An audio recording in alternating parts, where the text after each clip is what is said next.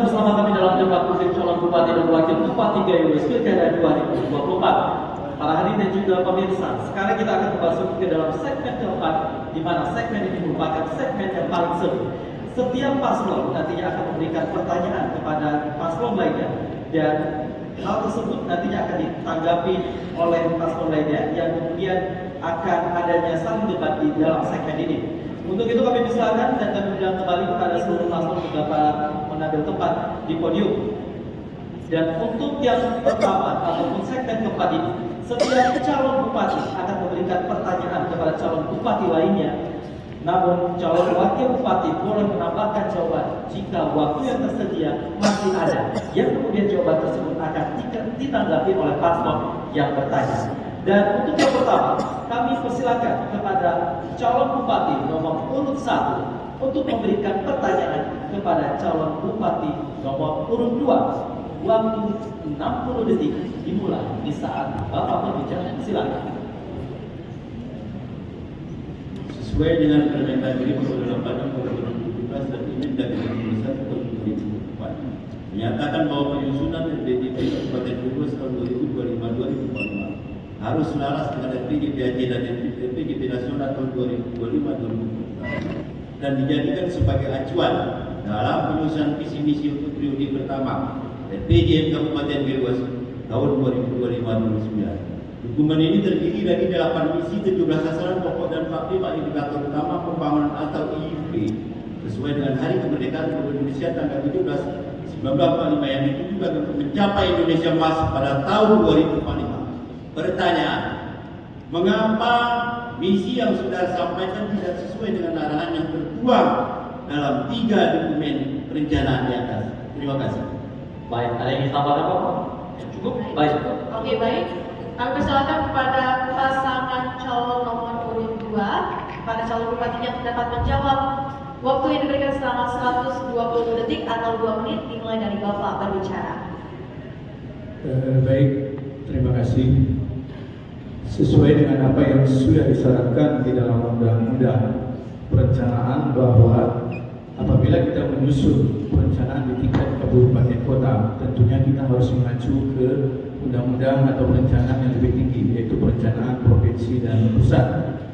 Kami meyakini bahwa apa yang kami buatkan dalam misi kami ini, visi dan misi ini, itu sudah memenuhi RPJP provinsi dan RPJP nasional. Cuma tidak mungkin dalam kesempatan waktu yang singkat ini kami sampaikan secara detail. Hanya sebagian kecil saja yang kami sampaikan di sini.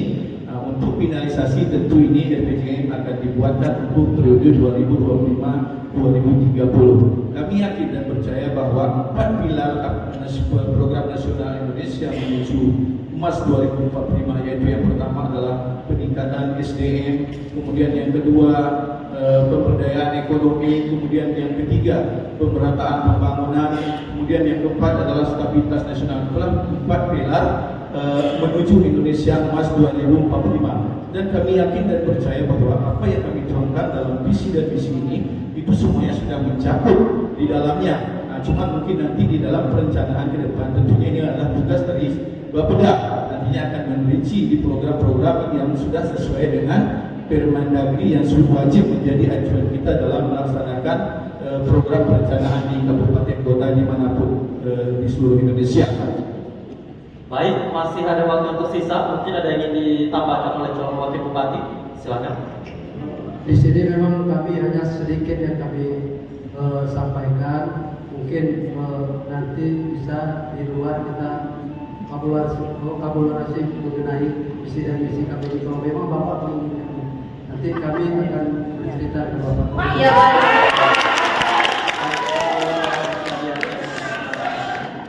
Terima kasih paslon Selanjutnya, selanjutnya kami persilakan kepada paslon nomor urut 1 untuk menanggapi jawaban yang telah disampaikan oleh paslon nomor urut 2. Waktu 60 detik dimulai ketika Bapak berbicara. Silakan. Paslon nomor urut 1 untuk menanggapi. Silakan. Terima kasih. Sebentar Bapak, kami timer mohon dihitung ulang. Baik, silakan Pak. Terima kasih. Setelah kami mendengar jawaban dari paslon 2, misi yang disampaikan harus mengacu kepada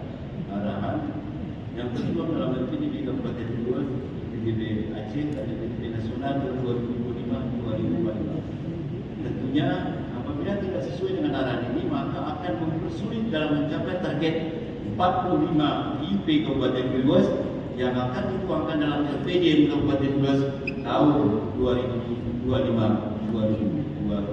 nanti. Sekian. Baik, apakah ada yang ditambahkan Bapak calon wakil bupati?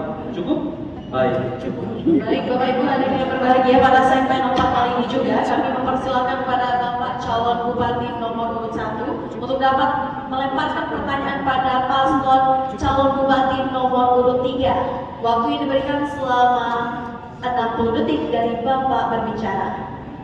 Mungkin untuk timer bisa di reset ulang. Baik, silakan Bapak. Terima kasih.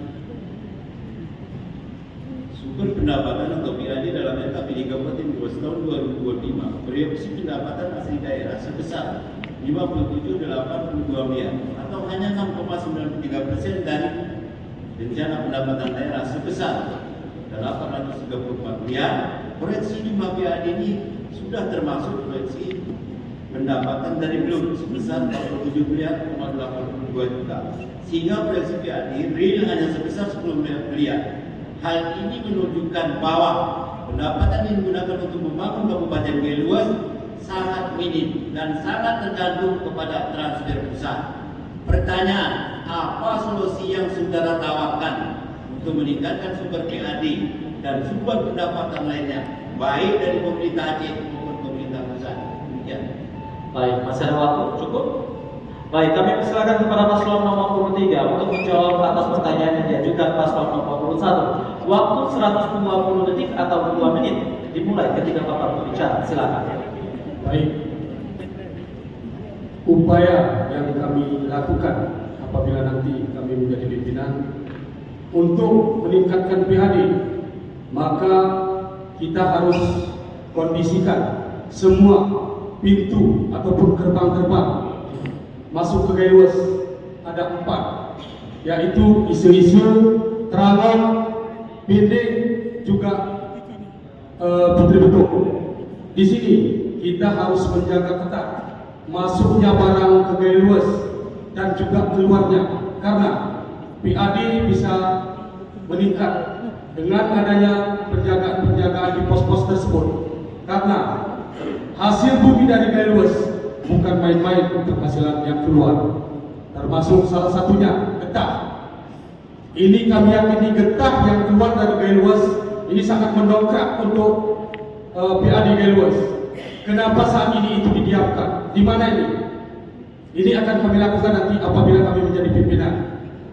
Dan juga hasil-hasil tani yang keluar dari Brebes masih minim kontrolnya di pos-pos keluarnya dari Kabupaten Brebes.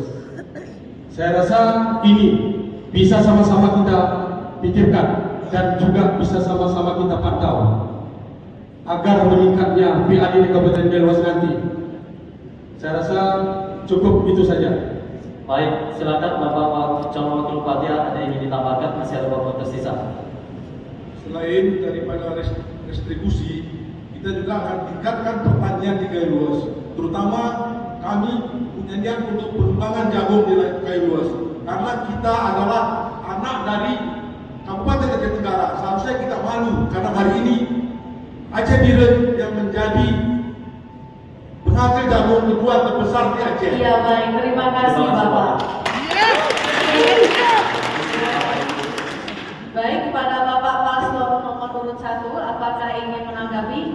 Silakan selama 1 menit dimulai dari Bapak berbicara. Terima kasih. Tentunya dalam rangka untuk meraih PAD ke depan, pertama melakukan pendataan ulang terhadap wajib pajak yang harus real data di lapangan, melakukan pembenahan manajemen pengelolaan pajak yang ada di daerah, melakukan identifikasi dan ekstraksi sumber pendapatan dari pajak dan restitusi daerah, melakukan kerjasama dengan pihak swasta LSM dan semua dukungan pajak restitusi daerah, menghadirkan investor dan memudahkan perizinan menjadikan perusahaan-perusahaan sesuai dengan potensi sumber daya alam dengan tetap memperhatikan lingkungan hidup. Perusahaan ini artinya akan meningkatkan penerimaan daerah melalui penerimaan pajak. Baik, apakah yang disampaikan oleh Bapak calon wakil? Cukup? Baik. Selanjutnya kita akan mempersilakan kepada paslon nomor 2, dalam hal ini adalah calon bupati nomor 2, untuk memberikan pertanyaan kepada calon bupati nomor 3. Waktu yang diberikan 60 detik dimulai ketika Bapak berbicara. Silakan. Baik, terima kasih. Kondisi hari ini menurut data BPS bahwa Gaya Luas ada 2,65 tingkat pengangguran terbuka di Kabupaten Gaya Luas. Artinya kalau kita hitung dari jumlah penduduk yang ada 100.000 lebih, ini ada lebih kurang sekitar 2.650 pengangguran yang ada di Kabupaten Gaya Luas ini. Mungkin singkat saja ini, mungkin kira-kira nanti masukan apa kira-kira yang Bapak sampaikan nanti untuk mengatasi pengangguran yang lebih kurang 2.650 orang ini. Terima kasih. Baik, terima kasih. Kami persilakan kepada paslon nomor 3 agar dapat menjawab. Waktu yang diberikan selama 2 menit dimulai dari Bapak berbicara. Mungkin untuk timer bisa di-reset ulang. Baik. Kami persilakan kepada Bapak untuk menjawab 2 menit dimulai saat Bapak berbicara. Silakan. Baik, untuk menjaga ataupun menstabilkan pengangguran di Kabupaten Gaya Luas, karena menimbang Kabupaten Gaya Luas pada umumnya adalah petani, maka daripada itu kita akan membuka lowongan kerja atau membuka lahan-lahan pekerjaan, yaitu di bidang pertanian. Kita akan buka lahan perkebunan, juga peternakan, perikanan. Banyak yang harus kita lakukan di Kabupaten Gaya Luas untuk mengatasi pengangguran tersebut yang ada di Kabupaten Gaya Luas. Tidak mutlak ataupun tidak harus kita menduduki di bangku ataupun di jabatan-jabatan tinggi dan juga di pegawai negeri. Ini kami harap kepada kita semua, maka ke depan kita sama-sama membangun Gaya Luas dan juga membimbing masyarakat-masyarakat yang pengangguran di Kabupaten Gaya Luas. Itu saja, cukup. Terima kasih. Baik, waktu yang tersedia masih ada tersisa. Apakah ingin ditambahkan oleh calon wakil bupati? Silakan. Selain daripada itu, potensi-potensi di Gaya Luas sangatlah besar. Kita sebenarnya sangat malu kita dengan kabupaten-kabupaten tetangga kita. Kita bisa melihat contoh Aceh Tenggara, mereka punya komoditi jagung, salah satu untuk meningkatkan petani-petani milenial, bisa kita arahkan untuk menjadi petani jagung. Kedua, saya juga pernah datang ke Kampung Pangur, itu pengrajin parang. Mereka bermasalah, mereka adalah masalah modal. Hari ini parang Aceh masuk ke Gaya Luas, tapi parang Gaya Luas tidak pernah keluar dari luar daerah Gaya Luas. Selain itu juga hari ini Kerawang. Baik, cukup Bapak, waktu yang tersedia telah habis. Kami akan memberikan waktu kepada para hadirin sekalian untuk mengapresiasi paslon yang berdebat pada hari ini. Jadi kami mohon untuk ketenangannya. Selanjutnya kami persilakan kepada paslon nomor 2 untuk menanggapi jawaban yang telah disampaikan oleh paslon nomor 3. Waktu 60 detik dimulai ketika Bapak berbicara. Baik, terima kasih. Pengangguran adalah merupakan tanggung jawab pemerintah daerah. Kita tidak bisa membiarkan mereka terlunta-lantu tidak tahu mau kemana, tidak mau menggunakan, tidak tahu mau memanfaatkan ijazah yang ada untuk mereka masuk PNS.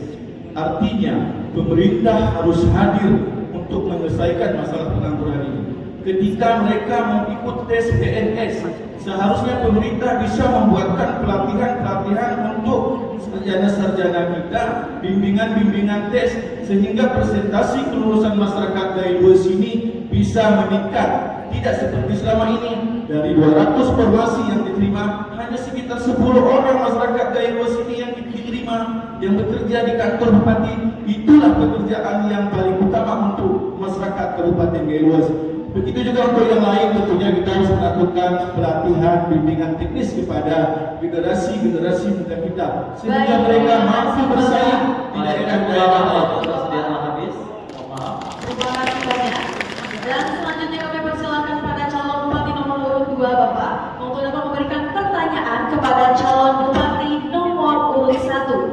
Waktu yang diberikan selama 1 menit atau 60 detik dimulai saat Bapak berbicara.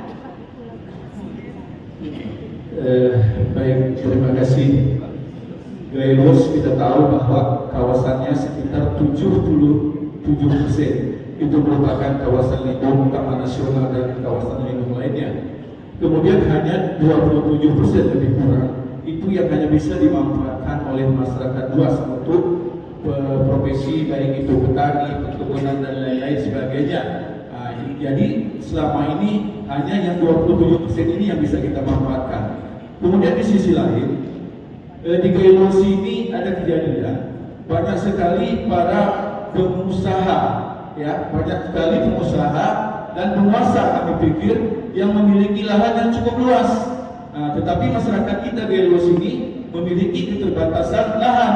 Malah masyarakat Gaylos mencari lahan ke Aceh Tenggara, mencari lahan ke Aceh Timur, kemudian mencari lahan ke Aceh Tengah.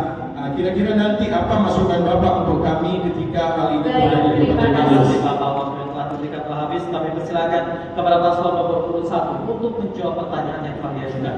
Waktu 120 detik atau 2 menit dimulai ketika Bapak berbicara. Silakan. Terima kasih terhadap pemanfaatan kita, di mana Kabupaten Gaylos beribu 790 meter putus sambal, di mana di dalam itu hanya 28% merupakan HP. Yang lainnya hutan produksi terbatas, hutan produksi dan hutan taman nasional berproses. Dalam rangka pemberian kepada masyarakat, ada beberapa lahan itu baik lahan tidur maupun lahan tanah masyarakat. Tentu di sini dalam rangka dari 104.000 jumlah penduduk di Kabupaten Gaylos yang notabene 90% adalah petani, masih sempat dan masih leluasa lahan untuk diberikan dengan sistem identifikasi, yaitu lahan tidak begitu luas tapi penghasilan produksi yang meningkat. Maka dalam hal ini, dalam kesediaan lahan baik itu apel, bahkan dengan peraturan sekarang bagi hutan yang sudah gundul dengan ada sistem PS perhutanan sosial, masyarakat secara wilayah bisa memiliki, tapi senegara adalah hak negara dan kita dituntut untuk berregularisasi seperti penghijauan, penanaman coklat, kakao dan juga kopi, bahkan durian dalam rangka pembagian lahan yang ada di Kabupaten Gaylos. Terima kasih. Baik, masih ada waktu yang tersisa. Apakah ada yang ingin ditambahkan? Cukup? Cukup. Baik. Baik, kami persilakan kepada paslon nomor urut 2 untuk menanggapi jawaban dari paslon nomor urut 1. Waktu selama 60 detik dimulai dari Bapak berbicara. Baik, selain produksi tentu kita juga ke depan harus meningkatkan value. Artinya nilai dari barang itu harus kita tambah. Ini tujuannya adalah untuk kesejahteraan masyarakat kita. Nah, itu yang pertama. Kemudian yang kedua adalah untuk regulasi. Untuk lahan tidur ini harus ada regulasi yang mengatur khusus sehingga lahan-lahan tidur ini bisa kita manfaatkan ke depan dengan maksimal. Nah, ini kan kepemilikannya seperti yang saya sampaikan tadi, banyak pengusaha dan pejabat yang memiliki lahan sampai ratusan hektar. Tetapi di satu sisi masyarakat kita kekurangan lahan. Tapi kalau nanti dengan adanya regulasi ini, kami tidur dan percaya, mudah-mudahan untuk meningkatkan produktivitas di Kabupaten Gaylos ini, saya yakin bisa dilaksanakan. Begitu juga dengan untuk menaikkan nilai dari barang kita yang tujuannya adalah untuk mensejahterakan masyarakat Kabupaten Gaylos. Baik, terima kasih Bapak, waktu yang telah diberikan telah habis. Selanjutnya kami persilakan kepada paslon nomor urut 3, yaitu calon bupati nomor urut 3 untuk melemparkan pertanyaan kepada calon bupati nomor urut 1. Waktu 60 detik dimulai ketika Bapak berbicara. Silakan.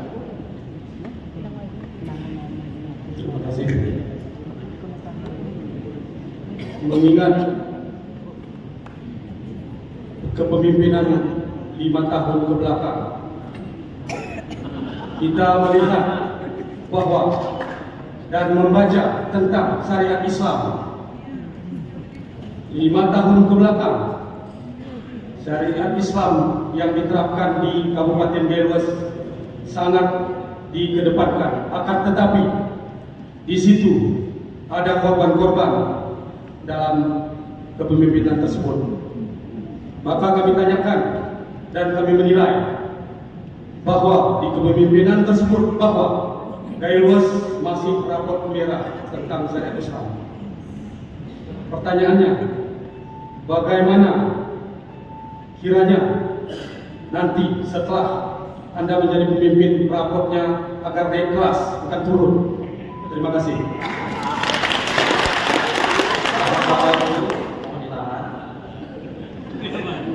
Baik, dipersilakan kepada paslon nomor urut 1 agar dapat menjawab selama 120 detik atau 2 menit dimulai dari Bapak berbicara. Terima kasih. Anda paslon 3. Menyangkut masalah menjalankan syariat Islam secara itu merupakan satu-satunya provinsi Aceh yang diberi oleh amanah dari pemerintah pusat. Tentu berketika kita masalah apa berarti kehidupan Islam secara menyeluruh, terutama mindset mental para muslim. Di manakah posisi kita saat ini? Maka untuk mengukur itu ada beberapa dimensi. Yang pertama dimensi syariatnya bagaimana, dimensi akhlaknya bagaimana, dimensi dalam rangka keramaian di masjid bagaimana.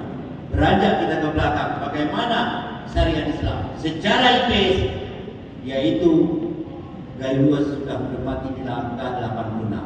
Tapi berlaku di lapangan masih banyak yang fitnah, memfitnah. Itu kan bukan dari syariat Islam.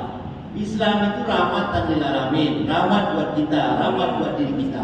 Maka ke depan syariat Islam dijalankan dengan edukasi, dengan pendidikan secara yaitu Islam, baik di manasah, di masjid, dan bahkan kita inginkan pengajian-pengajian di setiap kampung dalam rangka edukasi Islam. Pertama mempelajari masalah syariat, tarikat, hakikat, marifat, bahkan belajar masalah yaitu siapa kita dan mau kemana kita.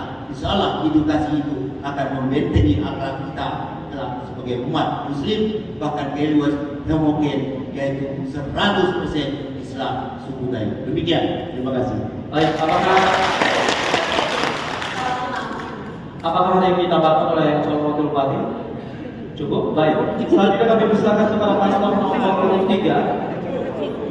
Baik, Bapak Ibu. Kami persilakan kepada paslon nomor 3 untuk menanggapi jawaban dari paslon nomor 1. Waktu 60 detik dimulai ketika Bapak bicara. Silakan.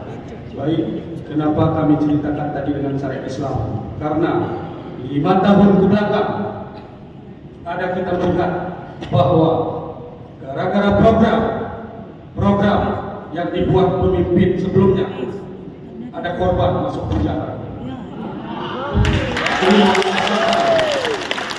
Bukan itu saja, juga di pemerintahan baru-baru ini kita melihat bahwa ada petugas-petugas perekrutan P3K juga full di dalam penjara. Inikah namanya syariat Islam? Ini yang kita pahami sama-sama dan harus kita antisipasi ke depannya. Semoga Gaya Luas syariat Islam sejahtera ekonomi mantap beriman itu tercantum di dalam itu semua. Terima kasih dulu saja. Baik, pada waktu yang tersisa apakah ada yang ditambahkan? Cukup? Baik, terima kasih kepada paslon nomor 3. Baik, Bapak Ibu hadirin yang berbahagia, dilanjutkan juga kami persilakan kepada calon bupati nomor urut 3 untuk memberikan pertanyaan kepada calon bupati nomor urut 2. Waktu 60 detik atau 1 menit dimulai dari Bapak berbicara. Baik, terima kasih. Karena kami melihat latar belakang track record dari paslon nomor urut 2, yaitu dari mantan Kadis BPBD Badan Penanggulangan Bencana Daerah. Maka saya ingin tanyakan, di saat kepemimpinan Anda nanti, mungkin Anda terpilih menjadi bupati, karena Gaya Luas rawan bencana, rawan longsor, rawan banjir, dan juga rawan kebakaran. Di saat kepemimpinan Anda nanti, apa kira-kira tindakan Anda terhadap rawan bencana tersebut setelah terjadi bencananya? Itu saja, terima kasih. Baik, terima kasih. Selanjutnya kami persilakan kepada paslon nomor 2 untuk menjawab atas pertanyaan yang telah diberikan. Waktu 120 detik atau 2 menit dimulai ketika Bapak berbicara. Silakan. Baik, terima kasih Bapak Ibu sekalian dimanapun berada. GAIWES kita tahu bersama bahwa adalah daerah yang cukup rawan terjadi bencana, baik itu bencana longsor, banjir bandang, bencana kebakaran dan lain-lain sebagainya. Bencana ini kita dituntut untuk selalu siap dan siaga, karena bencana ini kita tidak tahu kapan mereka akan datang menghampiri kita.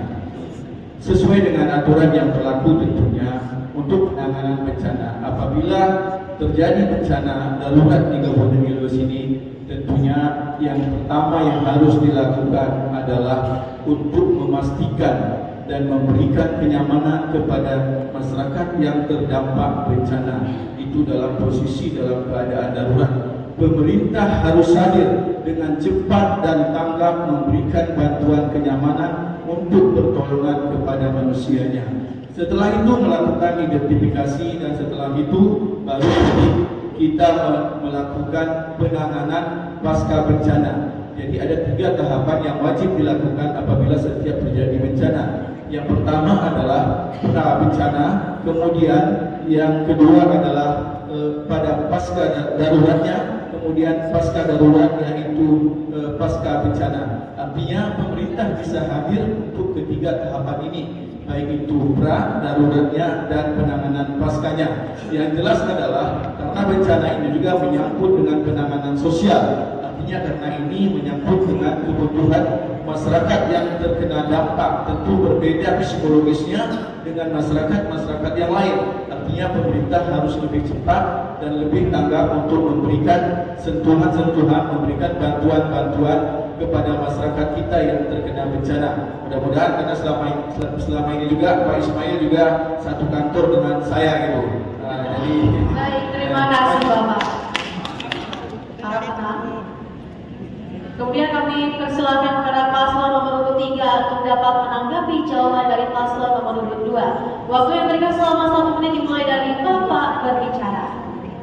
Baik, memang benar adanya. Saya mengangkat stafnya Suhaili. Akan tetapi hari ini kami berdiri di sini sebagai calon bupati, dan saya pastikan program-program sebelumnya dan ke depan mudah-mudahan dalam penanganan bencana agar kiranya ini tidak ada pembohongan dan pembodohan. Kenapa demikian? Karena di waktu saya menduduki bangku ataupun menduduki jabatan hanya kasih di BPBD, sering terjadi di situ kejanggalan, sering terjadi di situ keadaan. Maka daripada itu kita berharap semoga ke depan semua teknis-teknis yang dilakukan agar ada keberpihakan kepada masyarakat Baik, terima kasih Bapak Wakil yang telah memberikan pelatihan. Hari sekali berikan tepuk tangan yang ketiga Pak.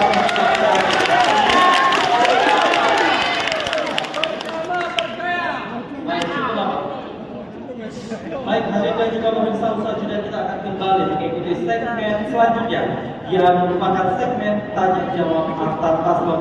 Namun dalam segmen tersebut akan diberikan oleh calon wakil Pak. Bapak Ibu yang hadir berbahagia, jadi tetap bersama kami